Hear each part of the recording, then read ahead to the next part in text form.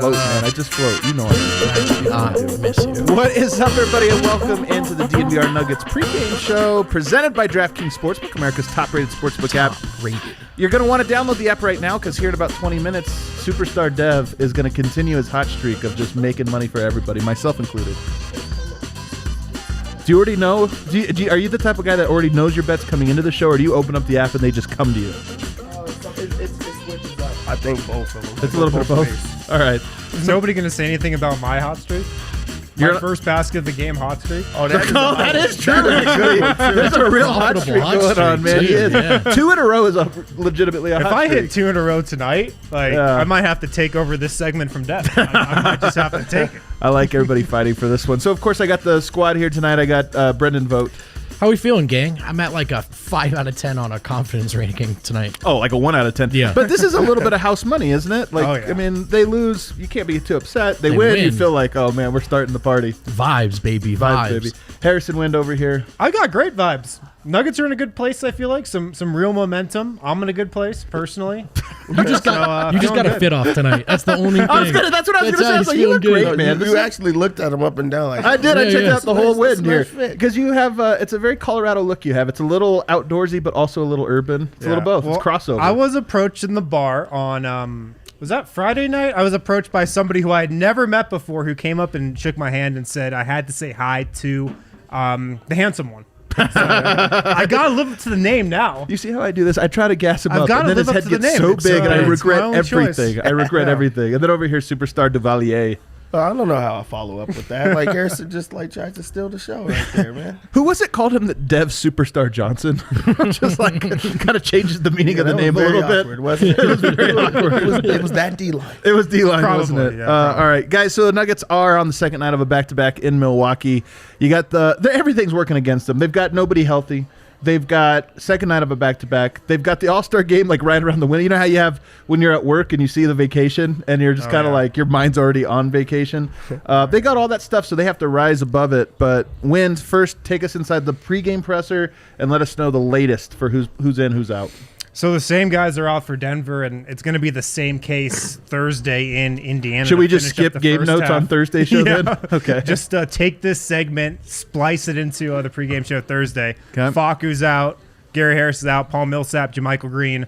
All those guys are out. So little undermanned, but I mean, Facu's really the only guy who out of that group who gets real playing time. RJ Hampton also is out. He's the other one. A couple interesting things I thought Michael Malone said in his pregame presser. I put this in my story last night, but the big three, Nikola Jokic, Jamal Murray, Michael Porter Jr., those guys have been playing 26 minutes together per game over the last 4 games. That's a huge number. How's it gone? That's a huge number. It's gone amazing. It's gone incredible. It's gone amazing. Like on the year, it's the 3rd best 3-man lineup in the league per net rating. Play that music. Beautiful. And in the first quarter, they are absolutely rolling. That's so true. Yeah, definitely. Yeah. It's working. So I asked Malone just the importance of getting those guys a lot of minutes together at this juncture, and he said it's going to aid in the development of their on-court chemistry, their off-court chemistry, reading each other, playing with each other. It will be invaluable for us moving forward. And then to your point, Vogt, how the starting lineup has been performing in the first quarter, and specifically Michael Porter Jr., who right now over his last 6 games is averaging 10.2 points per game in first quarters, 2nd highest mark in the league. Wow. 2nd best first quarter scorer over the last 6 games, 10.2 points per game on 80% from the field. So he's come out, and Malone said he's been really impressed with just the focus he's come out with recently. But he also applauded just the chemistry and the pace and the tempo that the entire starting 5 is playing with. So I'm guessing we're definitely going to see this starting 5, obviously, for these next 2 games. And I mean, I would think when JaMychal or Paul Millsap comes back, maybe they move towards putting one of those guys back in there. But it's got to be something you think about now that you're Michael Malone, maybe after the success that they've had. I like that. Yeah. They are. It's like a movie. It's like Armageddon, Or maybe a movie where there's a motley crew, but they have to save the world. And at first, they don't really trust each other or know each other. And then they're fighting. And then they get to the point where the chemistry's going and they're really beating the asteroid or whatever it is. The Walking Dead. I don't know that one. But it's like that. And then they're starting to come together. I feel like that's where we're at in the story arc, you know, or the coming together part. Just in time for everyone to get healthy and Malone to have no clue what to do with the rotation. So true. Hey, I know. Get these vibes out of here. Boo this man. Just Cut his kidding. mic. Cut his Just kidding. mic. All right, so on the other side, Milwaukee, what do we need to know? Milwaukee's hot. They've won 5 in a row. They're 21-13, third in the East. They're fully healthy, aside from some guys down on their roster who are out tonight. But they do have Drew Holiday, who they didn't have in that first matchup. He's on a min restriction still. His first game back was Milwaukee's last game. So that's just another added bonus for the Bucks tonight. Wow. Going to be wild, man. It's going to be a tough one. Dev, how are you feeling about this game? I mean, I'm feeling like everyone else is feeling. It's not a game that the Nuggets should win, but hopefully they play up to, and also hopefully the big three continue to roll. It doesn't matter if it's a win or a loss here, as long as they keep playing like the way that they're supposed to, and also compete against a title contending team like the Bucks. Makes it well. Do I expect them to win? No, but I expect them to at least play up to their potential. But this is a game that they could let down. Do you remember, though, in the 7, that whole month, Denver was at a rest disadvantage? They played a bunch of back-to-backs. At one point, I think it was the game I'm talking about, they played Milwaukee less than 24 hours after their last game. Yeah. They won that game, and it was a great source of vibe. So, different teams, different seasons, but I just remember that game. I remember how they played Milwaukee tough, and hopefully they can do it again. And it's just another game where we're going, that's found money, found vibes. Yeah. So we'll move on now to talk about a story I did not anticipate talking about today, but over on NBA.com, Steve Ashburner, who's been an NBA reporter for a very long time, he has something called his Defensive Player Ladder, where he ranks the best defensive players in all of the NBA. And guys, it's all the usual suspects. You've got Ben Simmons, I think one of the most underrated players in the NBA, in large part because of how good he is defensively. He might be the best most versatile defensive player in the NBA. Rudy Gobert, all right, maybe one on the list that doesn't deserve that. I'm just kidding. Rudy Gobert. Miles Turner, who's having a fantastic defensive year. LeBron James, LeBron James, guys, when he locks in, he's like anybody else. Jamal Murray, the 5th best defensive player in the NBA. Wow, this comes as a shock to me. Yeah. Dev, I'm going to throw it to you first. What do we make of this ranking? How did this happen? Honestly, Jamal has not been having a bad defensive season, but he's not having a standout or a great defensive season from the eye test. I guess you could say from the eye test. Seems like every team's point guard or opposing guard just attacks every single time, gets to where they want. So what does that actually accumulate? How do you determine the things that go into that? I don't know. I mean, honestly, Steve cites closeout data, which it seems extremely fuzzy and wonky to me, but that's the crux of his argument. All defensive metrics can be that way. Sure. I went back. I have to take an apology for people watching the show yesterday. I was hard on Vlatko in large part, and I think honestly a lot of that was because I was frustrated with not getting the Zeke minute that I just was certain we were going to get, and he didn't get. So it was a little bit of an expectation, this or that. When I went back and watched it, I actually thought he did a good job. He is the perfect example of this, what you're talking about, closeout. I thought they hit 5 shots in his eye, whereas dude, that was great defense. Why did they make this BS shot that he just happened to be on the court contesting and it just didn't work out? And sometimes that happened. That being said, I don't want to sit here and clown Jamal Murray because I think the stat is a little crazy, having him the 5th best defender. I don't think that's true at all. But I will say his best defensive effort is better than I think ever before. And this is a pretty linear process.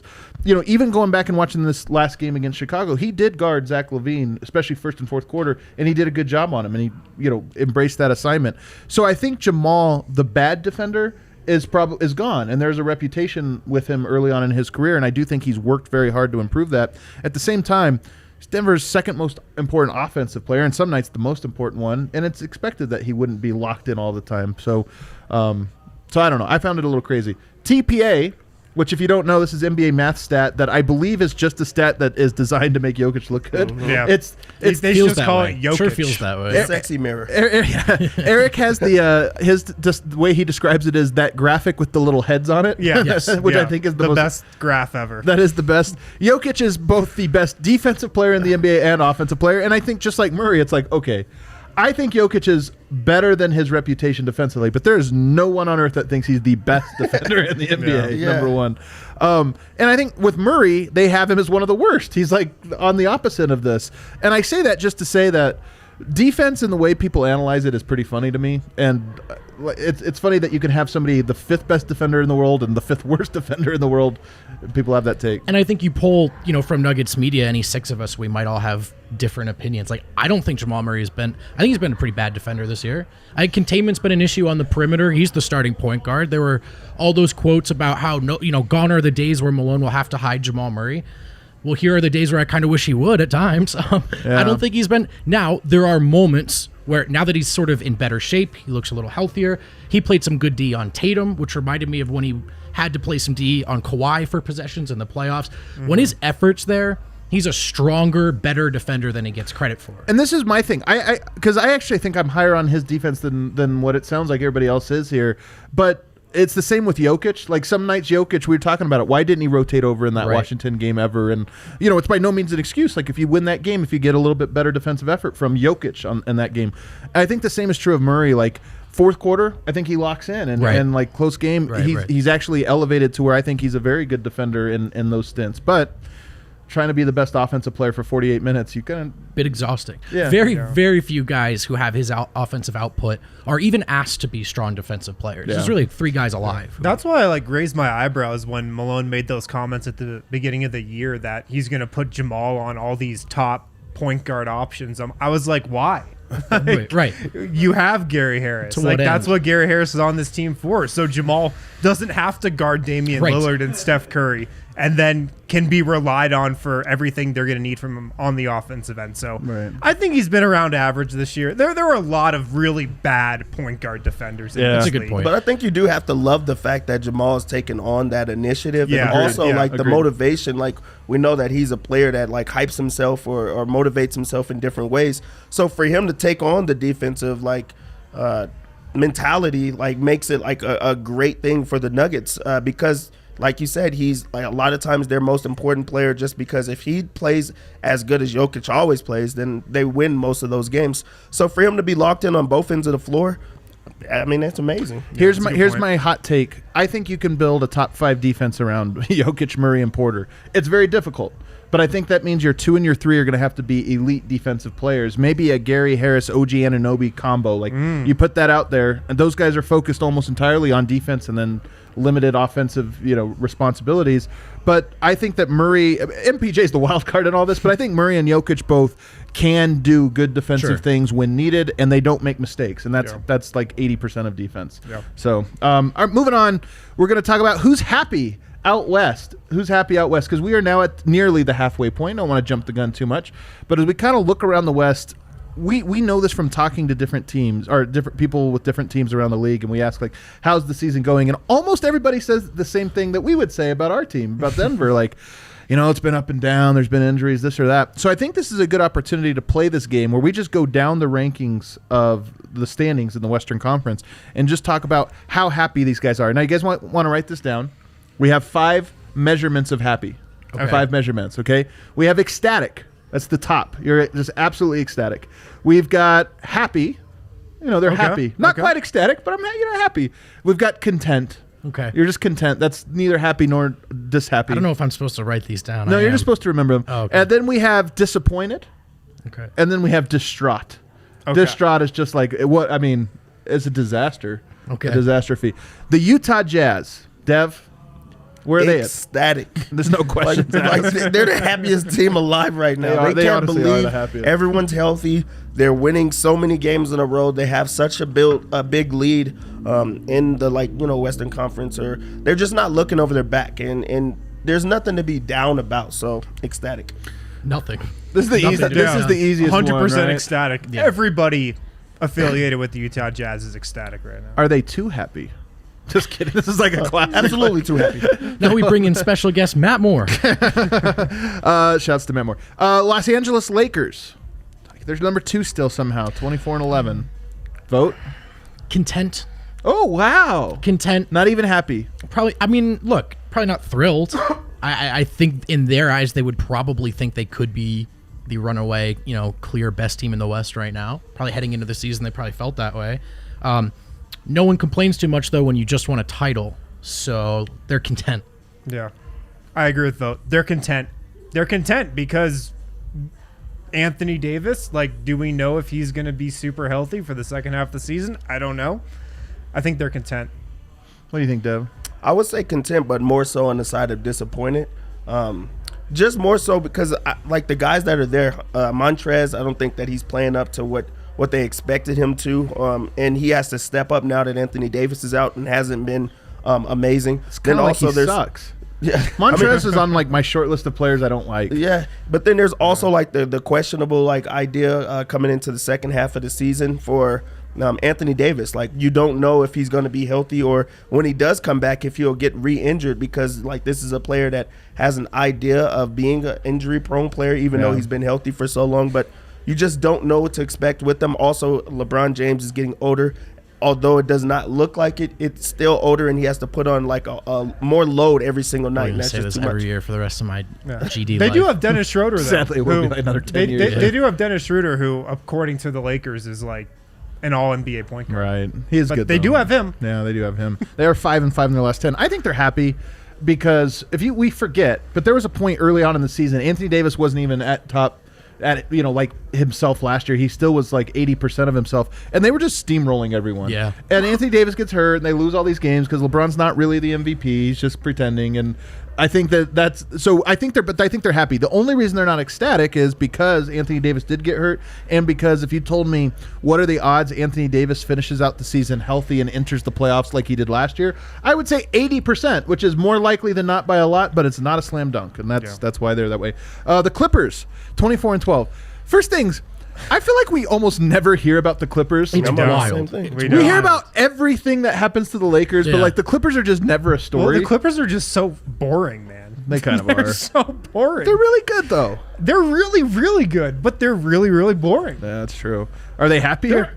Are they happy in their boringness? They're just cruising. Yeah, they're think just they're piling just up wins. I think they're happier than last season. Last season, there was a vibe problem all year. Oh, yeah, and that's there was true. this, who do these guys think they are thing, too, from the outside. That was the narrative and all this stuff. And, our Clippers media friends, they never really felt like they loved that experience. This year, Serge is there. That offense looks a little healthier. Paul George is balling. I think everyone just feels a little happier to be in on the Clippers experience. I will All 7 of them. I will say that I think Matt Moore is on this one, and I think he's really right about it. I do think they're a team that last year didn't have an identity, and when push came to shove, what you have to fall back on who you are, your identity. And I still feel like this team doesn't quite have an identity. I think some of that is because they don't have a point guard. Well, And they're the same team except for Serge Ibaka. they kind of are the same team, and so And their coach was their assistant and coach I do wonder if they're a team that the playoffs reveal to you who you are at your core, and I just wonder when they have to get pushed, whether it's first, second, or third, or fourth round, whatever it is. I just wonder what their identity is when the mask comes off, and we'll find out. Phoenix Suns, Dev. Happy. They're extremely happy, I think. Are they ecstatic? Ecstatic. I think Okay. they're ecstatic, and it's just because, going into it, the Chris Paul, Devin Booker thing did not work. Yeah. It took them a while for them to adjust to each other and see.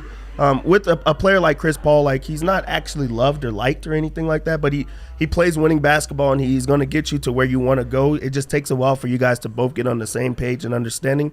And it seems like now Devin Booker also understands, okay, he wants us to win, and he has them playing winning basketball.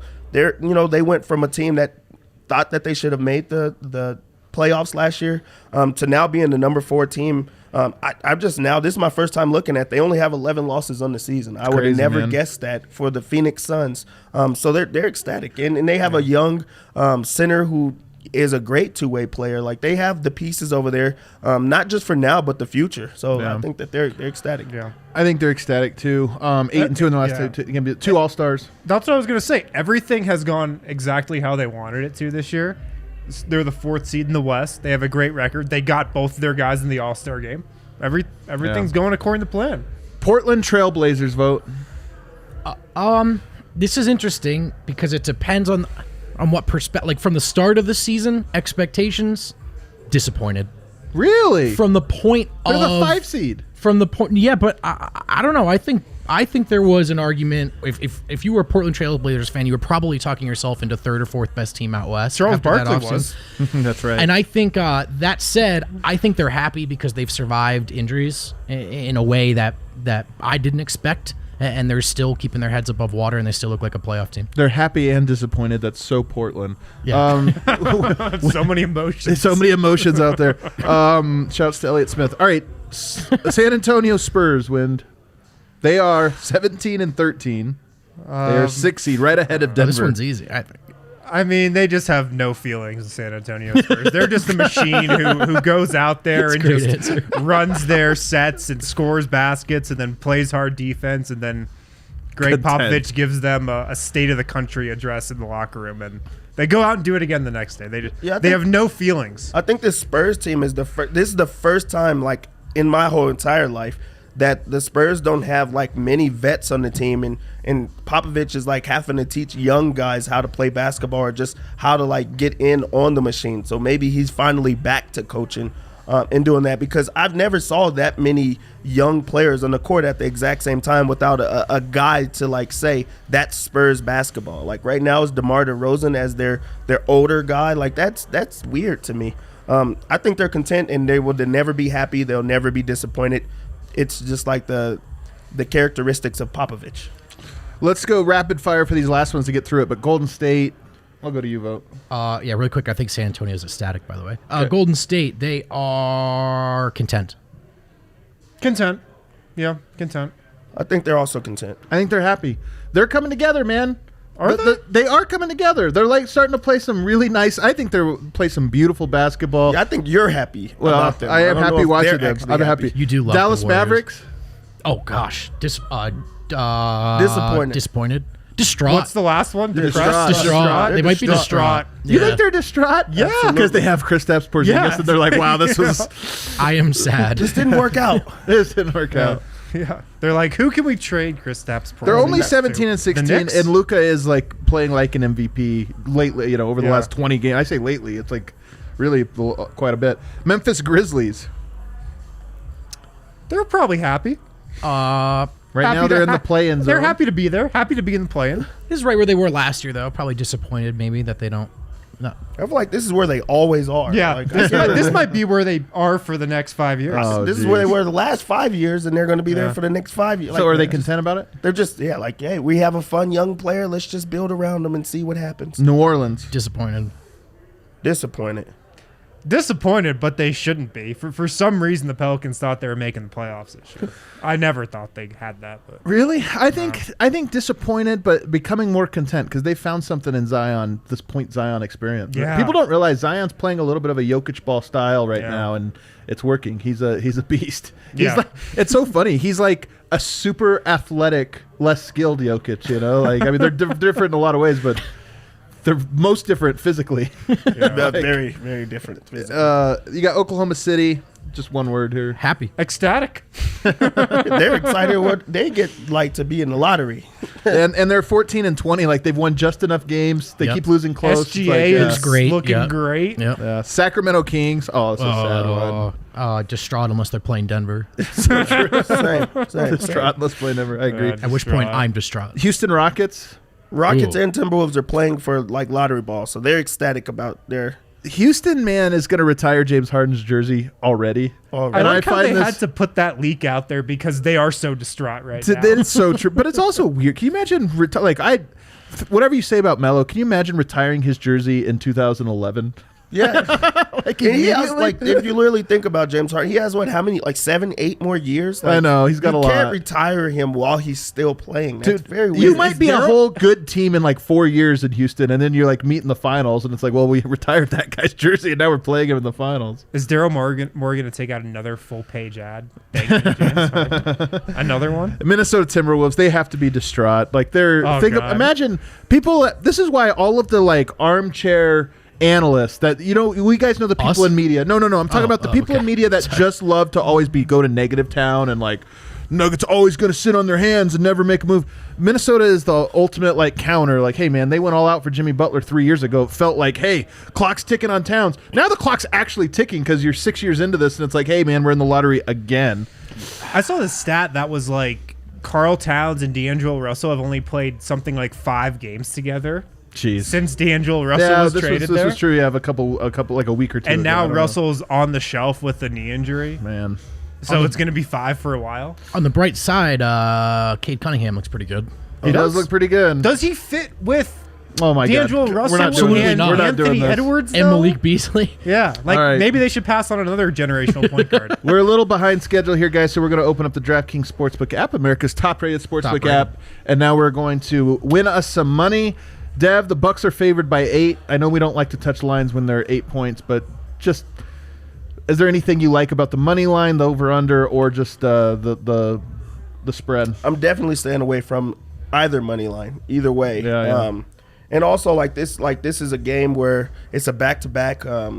Nuggets play like a tough game last night for whatever reason and didn't have to. So this is a game that the Bucks are like favored in exactly where they should be. But I won't be touching it. Okay. I'm going to go over to the props because that's what I love to do every single time. Let's go down to the props then. Let's go first to the players scoring. It's always interesting about whose game it's going to be from a scoring perspective. Which Nugget do you feel is in line for the biggest scoring game tonight? So the biggest scoring game will be Jokic. Just pencil that in. 27.5 though is his line. That's what he won't be getting. He won't get the 27. He will be the Nuggets leading scorer. I don't think that it's going to be 27 though. And he'll also have one of just like those, games where it's like 22, 23, 9, 8 or something like that. I also think that he gets to rest in the fourth quarter in this one. I just don't think they're going to play him the entire time. So you can get plus money for under 27.5.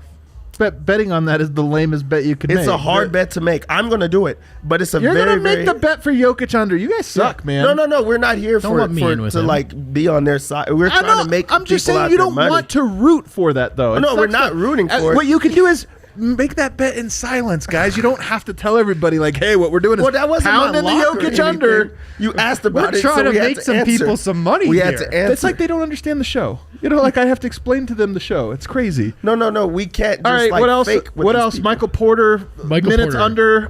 Let's see. Drew Holiday points over. What else do we want to do here, He's guys? also not under because he's on a minute restriction. But since you did say Michael Porter Jr., that is my lock of the game. Yep. Under 24.5 points, rebounds, and assists. Oh, really? Under. Lock of the game. Adam's not going to like that one. I don't like this one either. This is a downer. I thought you were going to take that over 14.5. I did too. He's averaging 10 in the first quarter. Yeah, but he's not going to be able to do that against a team like this that's so good defensively. Also, he's going to have his hands full no matter who he's up against because he has to go to either Middleton or Giannis, which that's no fun for anybody in this league. He does have a tough matchup. You can't put that on Giannis. On Michael Porter Jr. It's not his fault that they're so good and they're just going to attack him every single time. Giannis is over under, by the way, 33.5. Yeah, that's insane. Who's guarding him? Michael Porter Jr. Yeah, Michael Porter Jr. They're going to try to double team him a lot. That's what they've been doing with the top guys and trying to get the ball out of his hands a lot earlier. I think that there was a line. They would build a wall against him last time and just made him try to make assists and try to get it out of his hands early. So if I do a Giannis bet, it will be the rebounds. I think it's at 12.5. I think that's a lock. Jamal Murray, what do you think? Drew Holiday back, but Jamal Murray's been on fire. Is Drew Holiday going to slow him down? His over-under is 23.5. No, I don't think he slows him down. Also, he's on a minutes restriction. So there's no way that you put him out there on Jamal, who's on fire, and you could put him on someone else, just to hide him or put him in the backup. Dev's threading the needle. So Jamal's over 23.5, but not the leading scorer. But Jokic, who is the leading scorer, is below 27. Oh, he is threading the needle here. Way to call him out. These are all going to hit. Way to call him out here. It's right. I'm telling you, it's right. Why quit booing me? I'm right. All right. Is there any 3-pointers bets you kind of like tonight? Jokic, you get plus value for 2.5 threes, but I don't feel like he's going to be in the game. So the 3-pointers guy is D-line. He is the guy when it comes to the 3-point line. So if you give him a number, I'm sure that he'll say yes or no. They give up a lot of threes. Milwaukee does. They protect the paint and they give up threes. I might just ride the Monte Morris train tonight, in part because even if there's garbage time, Monte has to play because there's nobody else behind him. So I kind of like no matter what, Monte will be out there. I'm going to take his points, and I'm going to take his like three-pointers just because somebody's going to have to shoot. I think they're going to collapse the paint. I think there's going to be a lot of kickouts. Monte, be on fire for me tonight. 2 like threes. that bet. Not that many. Man, I was going to apply that same logic to Will Barton at over 1.5. Not that he's playing well, but he's going to take shots. He's shooting if he's open, and he might be open tonight. Worst value there. All right, I think that's it for tonight. We're not feeling too confident about tonight, but that's okay because the Nuggets sometimes surprise us. We're feeling better about the Nuggets. Just Feeling not good about the Nuggets overall, Just just back not in tonight. Milwaukee, down half the rotation. But you know what? This test tells you this is what we think because if we had a back-to-back, we would probably suck. But this is the Denver that's Nuggets. true. That's true. They're a resilient bunch. We'll see what happens. Thanks for tuning in, everybody. We'll see everybody in the post-game lounge. Win or lose. We'll see y'all there.